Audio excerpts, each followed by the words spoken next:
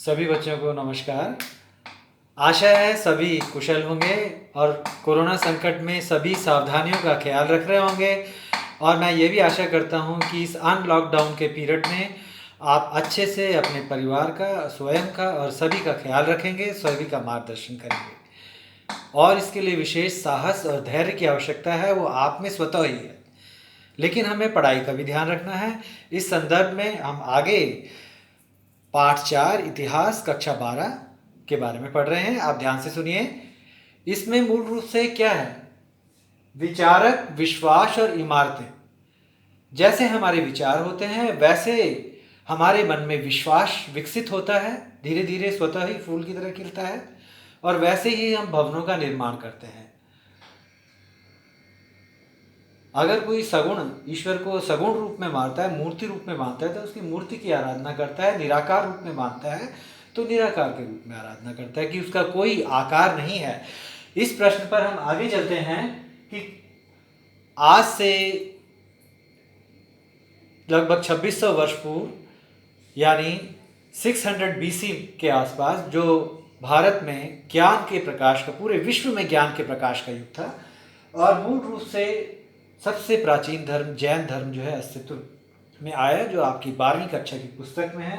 तीर्थंकर जो जैन ऋषि थे उनको तीर्थंकर कहा जाता था, जो घोर तप से जीवन के सत्यों का अनंत आत्मज्ञान प्राप्त करते थे। तीर्थंकर घोर तप से आत्मज्ञान प्राप्त करते थे। वे मानते थे कि घोर तप के बिना आत्मज्ञान प्राप्त नहीं हो सकता।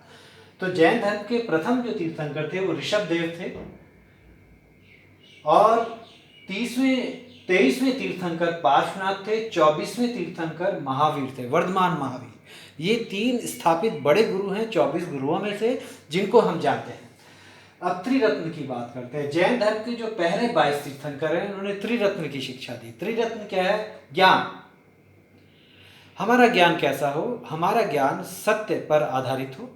मूल रूप से जैसे वे ईश्वर के अस्तित्व को नहीं मानते थे, वो मानते थे सृष्टि यानी पृथ्वी, चंद्र, तारे सदा से ही ऐसे रहे हैं और सभी चीजें प्राणवान है। पृथ्वी, चांद, तारे, जल और थल सभी प्राणवान है। ठीक है, सम्यक। तो हमारा एक दर्शन कैसे है? सोच। हमारी सोच बड़ी, उनकी वैज्ञानिक सोच कही जा सकती है। आधुनिक के युग के अनुसार वो ईश्वर के अस्तित्व को नहीं मानते, लेकिन पृथ्वी, वृक्ष सभी जो है प्राणवान है। वृक्षों में बाद में प्राण देखे गए। 20वीं सदी के आसपास हमने देखा। आचरण, मनुष्य को सदाचरण करना चाहिए। तो यानी ज्ञान, दर्शन। ज्ञान मनुष्य को जो ज्ञात है वो ज्ञान है, जो आप जानते हैं वो ज्ञान है, जैसे जानते हैं, लेकिन वो सत्य पे आधारित होना चाहिए। दर्शन, हमारी सोच क्या है, क्या हम सोचते हैं, ये जरूरी है। इसके अलावा आचरण, क्या हम सदाचरण करते हैं, अच्छे गुणों को धारण करते हैं, बुरे गुणों का त्याग करते हैं। तो अच्छाई का संग्रह, बुराई का त्याग, अच्छी सोच और सत्य पे आधारित ज्ञान। अब घोर तप से आत्मज्ञान प्राप्त करने वाले 24 व्यक्ति थे। तो किस वस्तु का त्याग करना है? छल का, घृणा का, इस तरह के जो बुरे भाव हैं, छल का, घृणा का, भेदभाव का, ये सभी बुरे भावों का हमें जो है त्याग करना है। इसके अलावा सत्य, अहिंसा, इस तरह के गुणों को धारण करना है। अब हम आगे चलते हैं कि 22 तीर्थंकरों में की प्रमुख शिक्षाएं यही थी, ज्ञान, दर्शन और आचरण।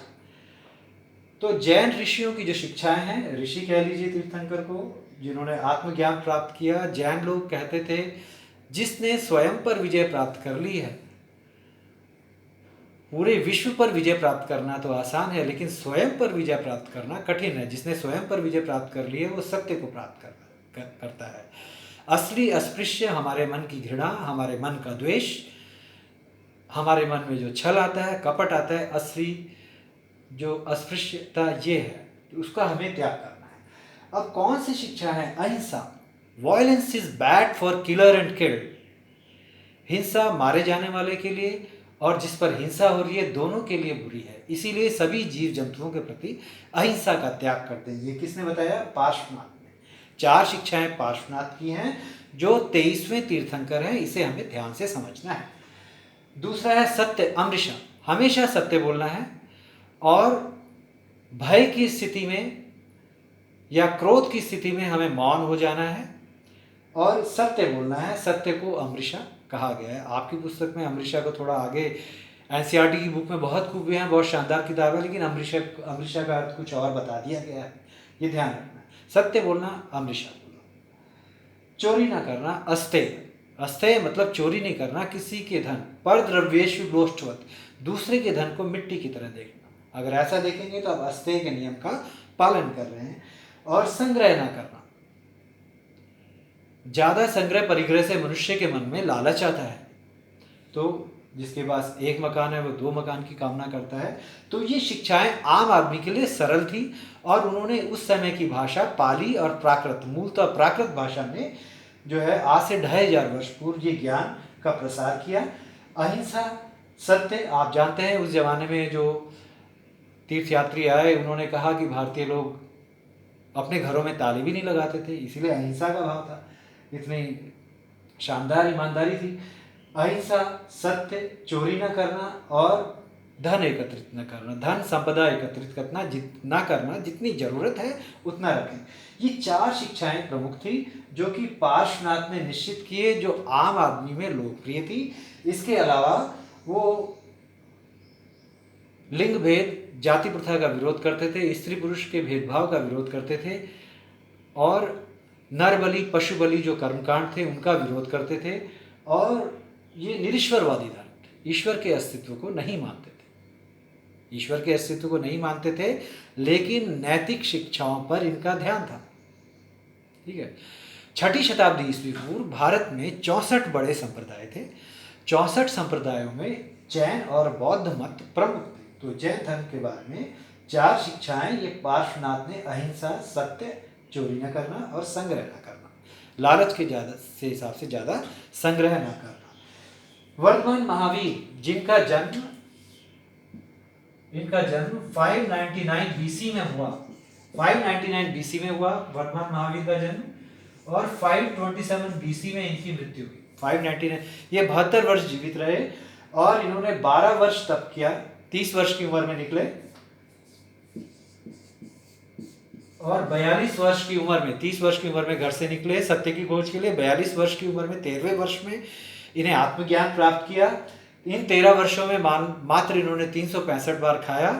और आप देख सकते हैं इन्होंने ब्रह्मचर्य पर जोर दिया कि मनुष्य को ज्ञान प्राप्त करना है तो उसे विवाह नहीं करना है, ब्रह्मचर्य रहना है।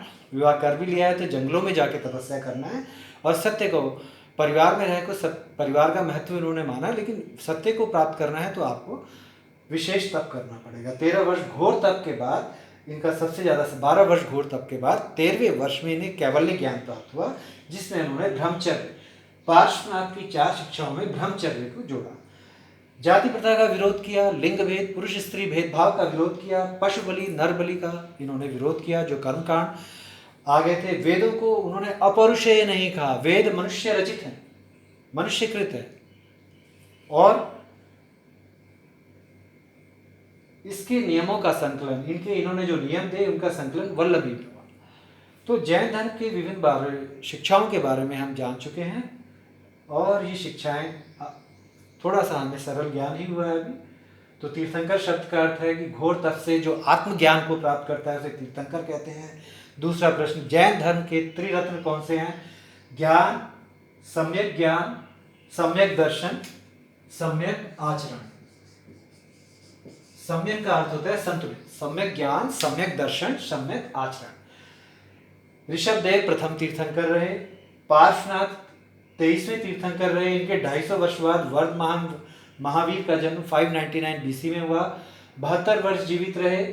इनका जन्म, वर्धमान महावीर का जन्म जो हुआ, इनका जो जन्म हुआ कुंडग्राम में,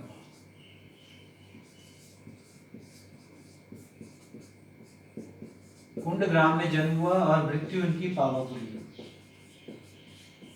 कुंडग्राम में जन्म हुआ, पावापुरी में इनकी मृत्यु हुई और 72 वर्ष ये जीवित रहे। 42 वर्ष की उम्र में इन्हें आत्मज्ञान रहा और इन्होंने की सरल शिक्षाएं दी। और जैन धर्म की विशेष बात यह है, शिक्षाएं सरल दी और आम लोगों की भाषा में शिक्षा दी, पाली और प्राकृत में। ज़्यादातर प्राकृत भाषा में शिक्षा दी, क्योंकि लोग उस समय प्राकृत भाषा बोलते थे। जैन धर्म के दो संप्रदाय थे, आपको ये ध्यान रखना है, दो संप्रदायों में बट गया।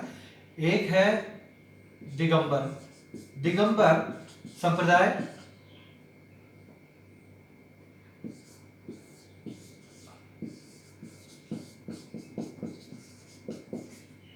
दूसरा है श्वेतांबर संप्रदाय। दिगंबर संप्रदाय और श्वेतांबर संप्रदाय।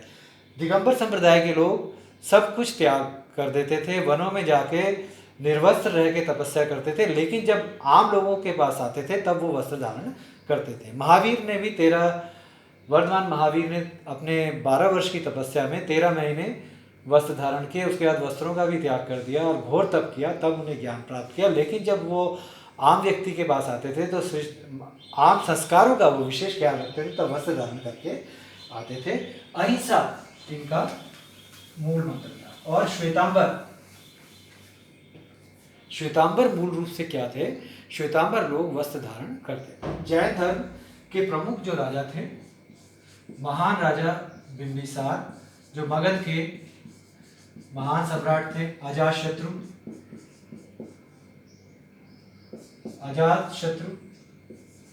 ये भी बिंबिसार, अजातशत्रु और चंद्रगुप्त मौर्य।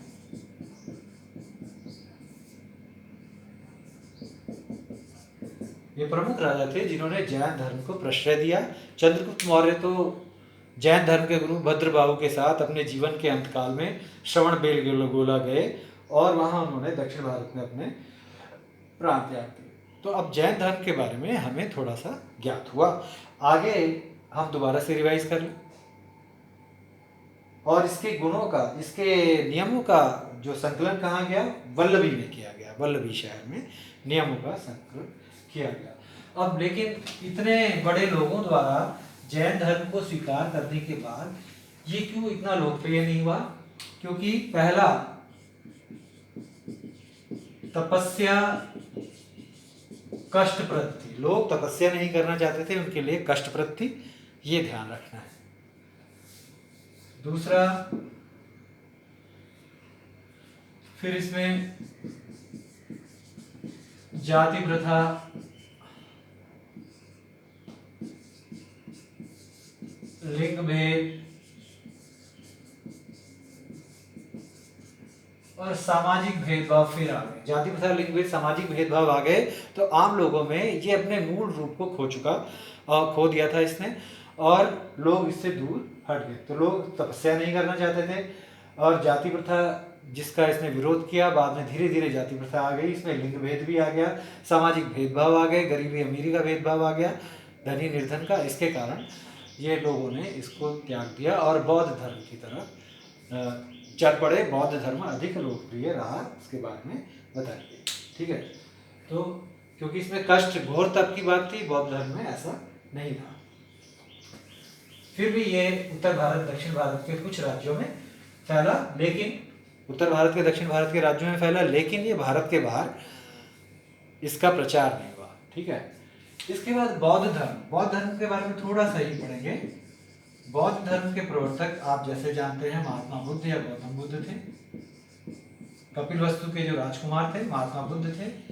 इन्होंने बड़ी सरल शिक्षाएं दी। साधन चतुष्ट, यानी इनकी शिक्षाएं क्या थी? इनको आत्मज्ञान प्राप्त हुआ। बोध गया में इन्हें ज्ञान प्राप्त हुआ। बोध गया में बोधि वृक्ष के सीधे चलते हैं, ज्ञान प्राप्त हुआ। बड़ी सरल शिक्षाएं थी और इन्होंने स्थानीय भाषा में शिक्षा दी। संसार में दुख है, दुख का कारण है, दुख का कारण है मनुष्य की इच्छाएं, इच्छाओं का त्याग करके मनुष्य निर्वाण को प्राप्त कर सकता है, यानी निर्वाण यानी जन्म मृत्यु के चक्र से मुक्त हो सकता है। संसार में दुख है, पहली शिक्षा।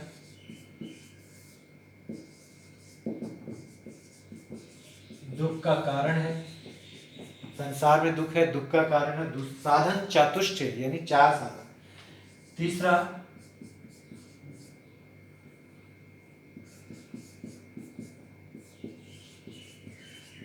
तृष्णा यानी मनुष्य की इच्छाएं दुख का कारण है। संसार में दुख है, हर व्यक्ति अपने से पूछे उसे दुख है, तो संसार में दुख है। और दुख का एक कारण है हर एक व्यक्ति से पूछो कोई दुख है तो उसका कारण अवश्य बता देगा।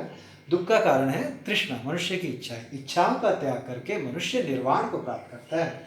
ठीक है, अब ये उपाय बताया है तृष्णा का त्याग, तृष्णा त्याग से निर्वाण की प्राप्ति, यानी जन्म मृत्यु के चक्र से मुक्ति।